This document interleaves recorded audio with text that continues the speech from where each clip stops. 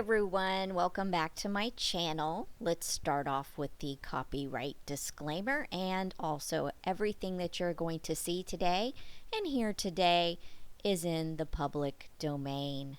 Today's video is in honor of Halloween and also my favorite vampire, the story of Bela Lugosi as Dracula and Beyond, as told through the newspaper articles during his lifetime.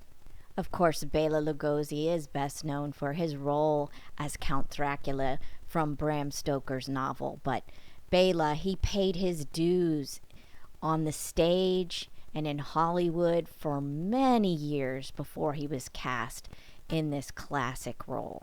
So let's start at the beginning and let's talk about Bayla's early life. Bayla Ferenc Dejo Blasco was born in Lugos, Hungary, that's near Transylvania, on October 20th, 1882.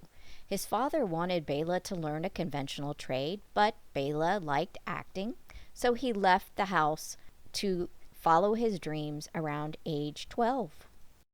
By the age of 20, Bayla was making his first stage appearance in Shakespearean dramas. For example, in 1910, he appeared in Romeo and Juliet, and he had joined the National Theatre of Budapest before World War I. He participated in World War I and earned an equivalent of a Purple Heart. By 1913, Bayla has moved to Berlin, and he is in Murnau's film that's essentially a Dr. Jekyll and Mr. Hyde in German, and he marries Ilona once he is in the U.S. After being forced out of his native country back in 1921, Lugosi got a job on a tramp steamer bound for New Orleans. There he left the ship and, according to the law, was entitled to remain in this country, that would be the U.S., for 3 months to look for another job. So Bayla goes to New York to see the immigration authorities instead and tells them about his status in his native land. And the actor, for several years, he had been a star on the Hungarian stage. He prevailed upon the authorities to let him remain here in the U.S. and to become a citizen. But he couldn't speak any English. So what Bayla did was he organized a Hungarian dramatic company of which he was the star, and he toured around cities that had a large enough Hungarian population to support his plays. So that's actually a quite clever tactic. So Bayla gets situated in the U.S., and then he falls in love, as one handsome man does, and a girl enters the picture, and it's love at first sight. But see, they couldn't speak each other's language. And he says here, quote, "You know there is a language that is universal and it doesn't require words to express it. For a number of weeks, that mutual understanding was our language. But she started to teach me English, and in 6 months, I could speak it well enough to get a role in an American play. I had to play the role of a foreigner, as I still had quite an accent, but I got by very well." The author also writes about Lugosi's intelligence, about how he was one of the most interesting men and finished actors that the author had run across in the film racket in a while, and how Lugosi knew his profession forwards and backwards, and that he also could talk about any subject with intelligence, and one of his pet pastimes was studying human nature. This is an early clipping from October 29th, 1930. It talks about when Bayla got his first talkie role. That's a talking role before there was silent pictures. That Bayla was told that shooting would begin the next day, and he had 65 pages of dialogue to learn, which was even trickier because he wasn't naturally an English speaker. He was a Hungarian, and that made it, even more of a hurdle to jump over. The article says, quote, "One night his work attracted a stage producer who came to his dressing room with an offer. Speaking German, they reached an agreement. That was in April. By September, the actor was to learn a leading role in The Red Poppy in English, and he did it with the aid of a coach, not learning the language, but merely the sound of the words in his lines. So he learned it by ear." The article also talks about Bayla as his personality, says Lugosi off-screen incidentally continues as a prime example of old world courtesy and friendly charm. And to go back even a little further, I found this little ditty from December 9th, 1922, and the title is Wolf Baiting, Great Hungarian Sport. And Bela Lugosi, he was in Wilmington, and he was telling about the thrills and the potential dangers of wolf baiting. So forget your soccer and your rugby and your football and your tennis, because back in Lugos, in Hungary, we have wolf baiting. And in this story, they have Bayla telling a tale about how that Hungary didn't have a national sport like baseball in the US, or bullfighting in Spain, or cricket in England. And so with no other national sport, he says, oh yes, we have our national sport, but I'm afraid that the news agencies do not make much of it. For you Americans might think it's a bit tame compared to your football. Bayla goes on to tell a really picturesque story about how there are these small hamlets that are miles apart, and that the inhabitants are living in a primitive fashion, and he talks about bartering, and that there's timber and there's lots of packs of gray wolves, and that basically they end up going out in sleighs and wolf bait. It's crazy. It's a crazy little tale, and I'm sure he was really fascinating at parties. And he probably said it like, wolf baiting. So I'm sure it was just so entertaining to have him around telling his Hungarian tales.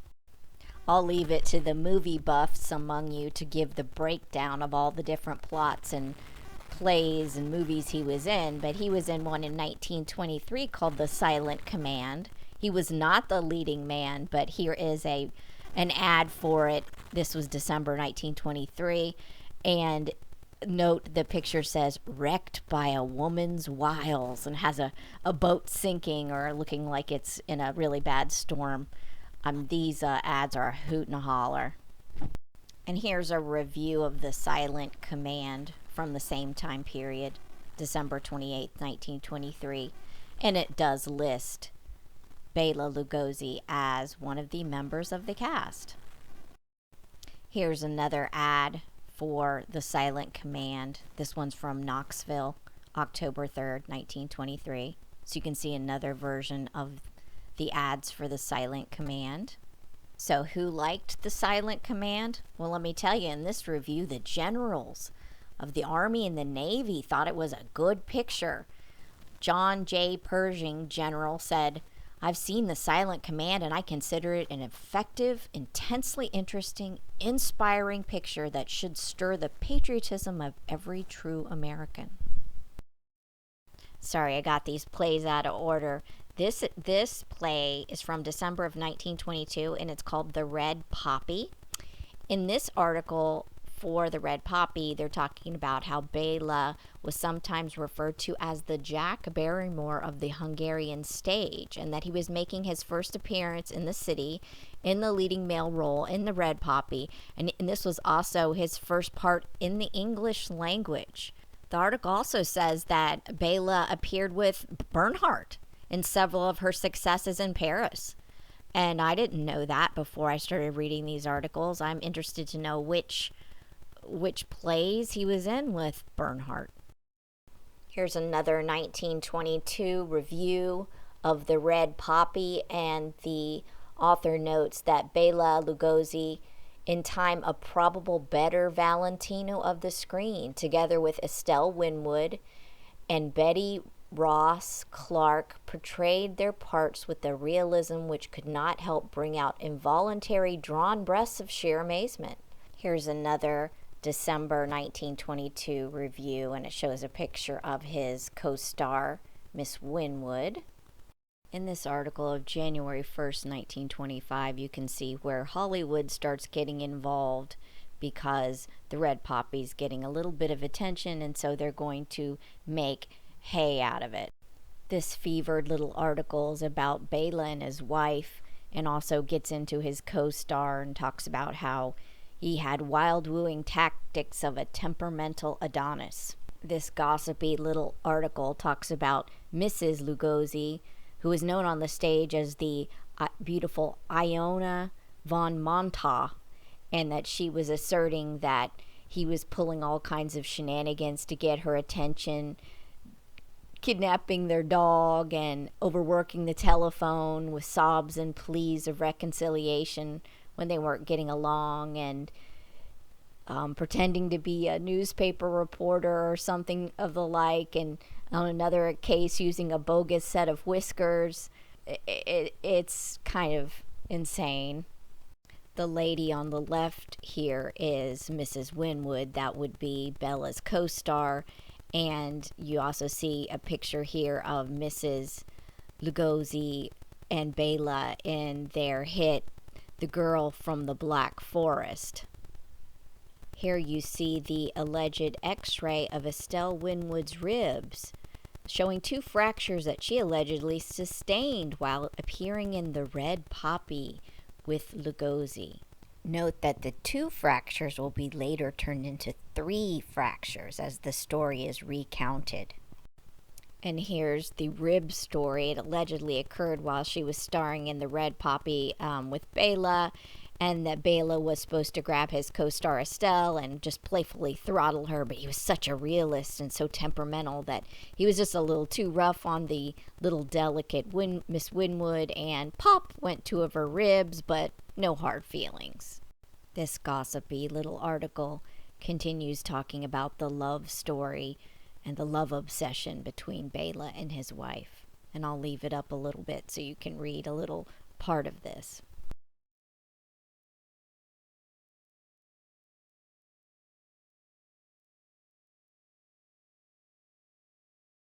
So the previous day's article was a run-up to the divorce filing that Mrs. Bela Lugosi had secured against her husband in a New York City court. She said he was known as the Valentino of the stage, and she called him a perfect lover, but a poor husband. That same week, January 6th of 1925, Bayla was playing in a movie called The Rejected Woman, and he is called the Hungarian Barrymore. By September of 1925, Bayla was playing in a theater, and he was playing in an Arabian comedy called Arabesque. As a side note, there's a picture here of George Arliss, who was an amazing actor. If you've never seen anything that he's been in, check him out. Character actor of the century. I also believe that Betty Davis credits George Arliss with helping her a lot in her career, and she really enjoyed him as well. So please check out George Arliss if you've never seen anything that he's been in. And here's an October 1925 review of Arabesque with a picture of Bela here. He's not in costume. And it's called A Colorful Pageant Drama of the Sahara, where the sheiks are cheeky and passion blows hotter than the desert winds. That's sheiks, not sheiks, but we'll go with it. The next year, October 1926, Bela was playing in The Midnight Girl, and that's a photo play. And we see that by 1927, the reviews are starting to come in because Bayla is playing the title role of the vampire in Dracula in the play.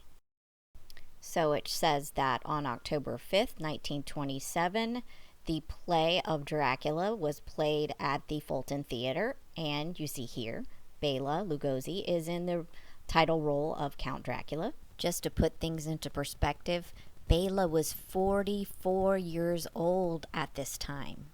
Bela Lugosi is the shroud-like Dracula, and Dorothy Peterson, the harassed heroine. This is a review from the play 2 days later. In Dracula the novel, Van Helsing develops into something of a bore, a fine old boy. But there's too much of him. In the play, Van Helsing doesn't get a chance to grow into a nuisance. In Dracula the novel, there are passages, especially towards the close, where the action drags. In Dracula the play, there are no such arid tracks. Everything is speeded up, and the drama really is. Granted that the spectator's in the right mood, and prepared to accept the monstrous and preposterous as a possibility, a literal orgy of creeping terror. It continues, the cast of Dracula was admirable. The Hungarian, we suppose him to be Hungarian, certainly he is a native of some picturesque and not too familiar European country. Bela Lugosi was a portentous figure as Count Dracula, his towering height adding to the effect, and such hands as Mr. Lugosi's are an asset to any artist. They speak, they convey messages of terror and fear. Mr. Lugosi's hands are in a class with those of Mr. A.E. Anson, and then it goes on to list other folks, even Henry Irving himself. And here's a PR photo that was circulated of Bayla during the time period that he was playing Dracula as a stage play. He played it for 3 years. Here's a clipping from the Los Angeles Evening Express of August 6, 1928, talking about how Dracula the play is closing on August 18th in the city. And it says Dracula, with its screams and screeches and scratches, will end its local engagement at the Biltmore Theater and move to San Francisco. And here's an advertisement in the Fresno Morning Republican on June 13th, 1929. And it's playing at Pentages. So Bayla and his New York cast in Dracula. And you could see it for as little as 50 cents. And on June 26, 1928, after a showing at the Biltmore, an artist did a sketch, an impression by Llewellyn Miller of Bayla, famous Hungarian actor in the shuddersome title role of Dracula, the vampire play which opened last night at the Biltmore Theater. In 1929, Bayla had also completed work on the 13th Chair at MGM Studios, and they noted how he had also recently starred in the stage production of Dracula. And he gave an interview and he said, quote, "I've seriously studied sculpture," Lugosi says, "not only for its own sake, but because it teaches many things about posture and line which are invaluable when applied to stage technique. With a knowledge of sculpture, an actor can put his personality across the footlights without saying a word. He can dominate a scene when he appears to be taking only an inactive part. Dancing is another art which helps the actor to acquire ease and the grace of manner which is so essential upon the stage. Speech should be musical, and the more an actor knows about singing, the better he will be able to apply its principles to the speaking voice. A knowledge of painting helps the actor in many ways, as proper color schemes for costumes and makeup are so essential in adding a touch of reality to an interpretation." This clipping from the Pensacola News Journal from March 16, 1929, has Bayla talking about getting his break in America. He talks about it being largely a matter of luck, and he says, "In Europe, conditions are quite different. There, a man craving a stage or a screen career must prove his ability before he can expect any sort of consideration. When he proves that he really has the knack of acting, he may become a member of one of the small repertoire companies which tour the provinces. As his acting ability increases with years of training, he is shifted to larger companies and better parts.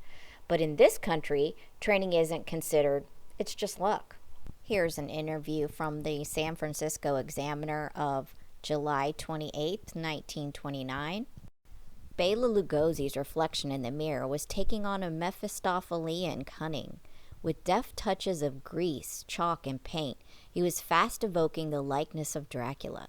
It was after 8 when the man reputed to be Hungary's greatest actor entered his dressing room backstage at the Columbia. Mystery had cloaked his movements during the day. He had disappeared with Dracula-like proclivity. No one could find him. Now that he was late, he offered no explanation. As he donned his mask with urgent rapidity, he talked volubly. He would be entertaining at any cost. There was a charm in his accent. But in his eyes, conflicting emotions welled in their depths. Restless, evasive looks fenced with a persistent twinkle, and then gave way to a dreamy aspect that belied the mirrored wickedness of the 500-year-old arch-villain.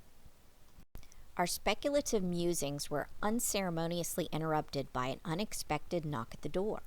A youth from the Examiner wanted to speak with the man in front of the glass. Lugosi paused in the process of his makeup, leaving an eyebrow at a devilish angle, but the eyes beneath challenged his outward calm and nonchalant manner and set his heart a beat faster. "Name the woman," came the command of the man on information bent. "Your secret's out. You're going to be sentenced for life. You can't get away with anything like that. You may as well confess everything. You stole away to Redwood City today and applied for a marriage license." Lugosi's mask melted into a wide smile of resignation. He shrugged his shoulders. It was found out. It was impossible to hide from the all-inclusive eye of the American newspaper.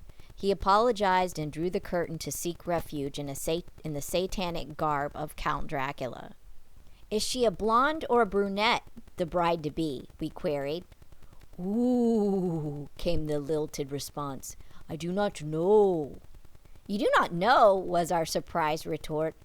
"No, you see, it is like this. The eyes got in the way, you understand." I love that he's totally screwing with these press folks. "It is a true romance," he continued.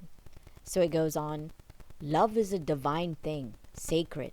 I fell in love with Beatrice Weeks at first sight." "Are you going to drop your accent someday?" we ventured. "Some tell me in Hollywood, you lose your accent, you have many parts. Others say to me, you lose that accent and you will be without a part. I do not know what to do. Then I meet my fiancée. She loved the accent, so I will keep it. Marriage and a career," he reiterated. "No, the Hungarians believe that the man should take care of the woman. Her divine profession is motherhood."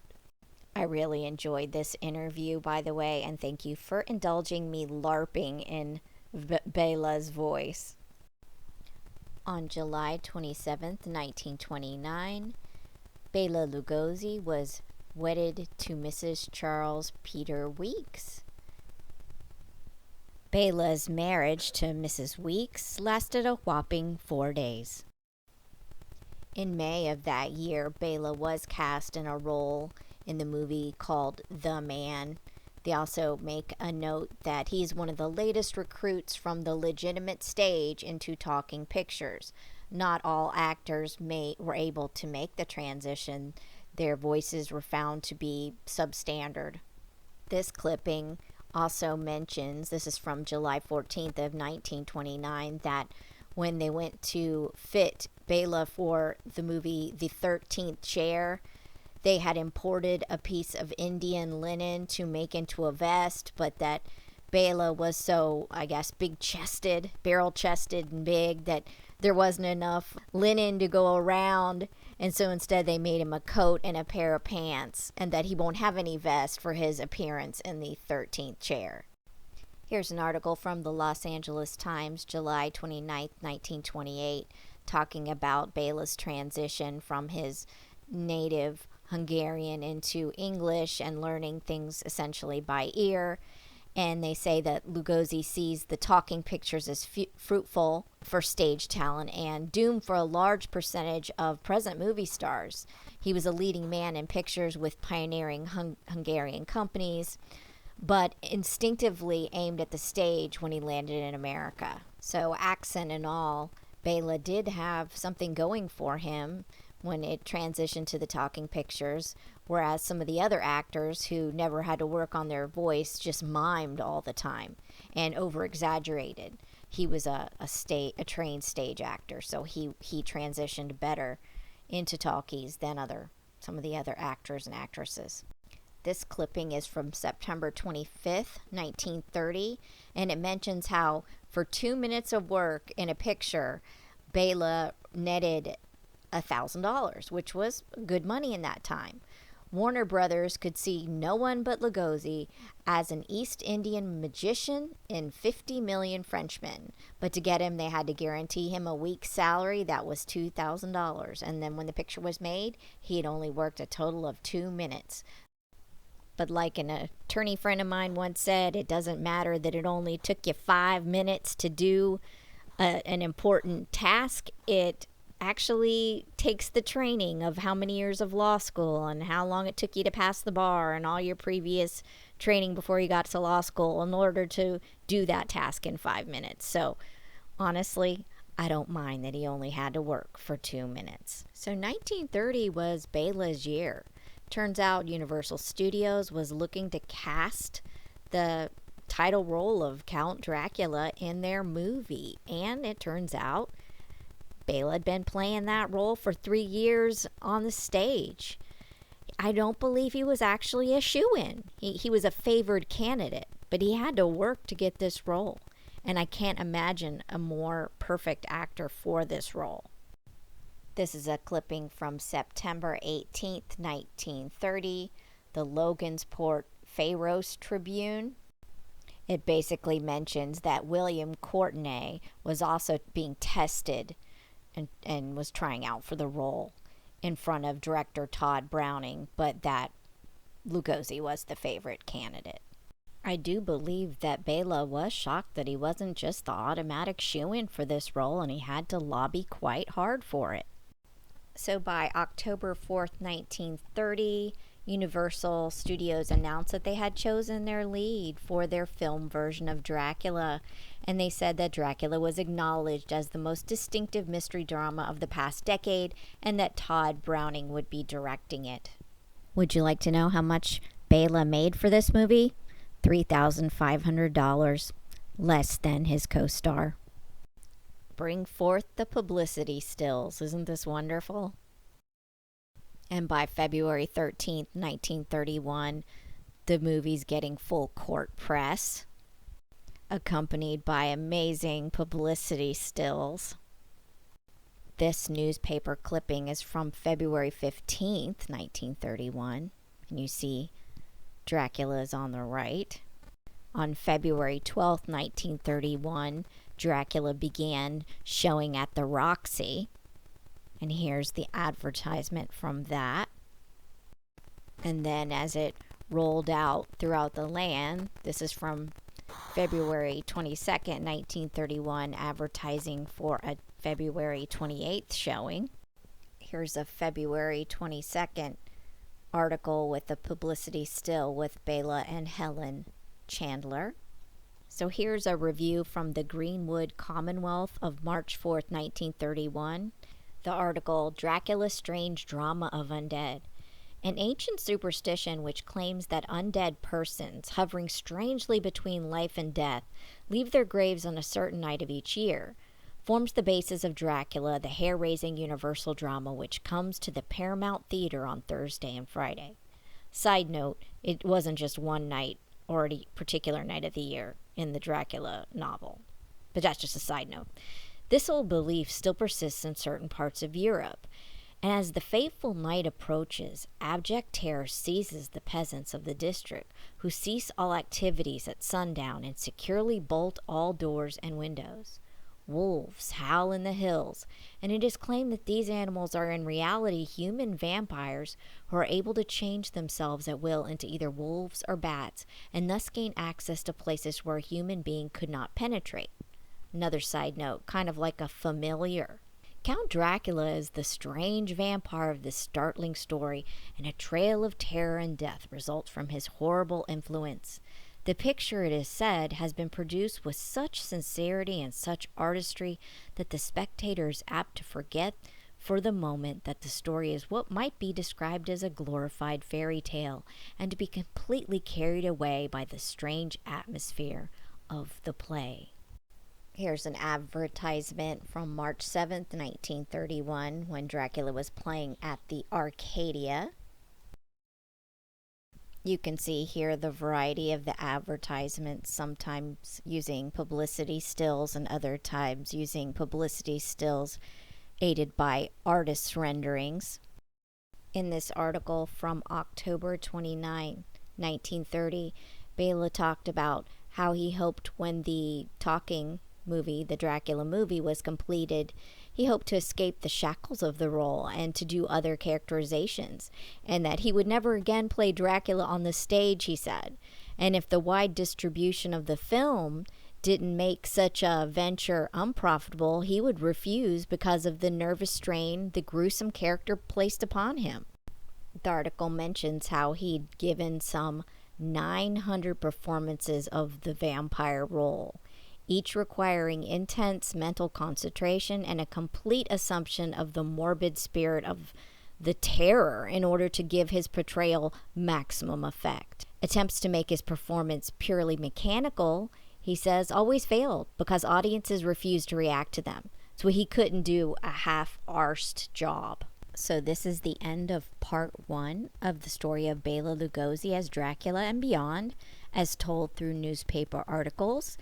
Part 2 will pick up in his work post Dracula. I thank you for watching. Thank you so very much. I'm sorry I could not include any copyrighted material. I didn't want to take the risk of getting a YouTube strike.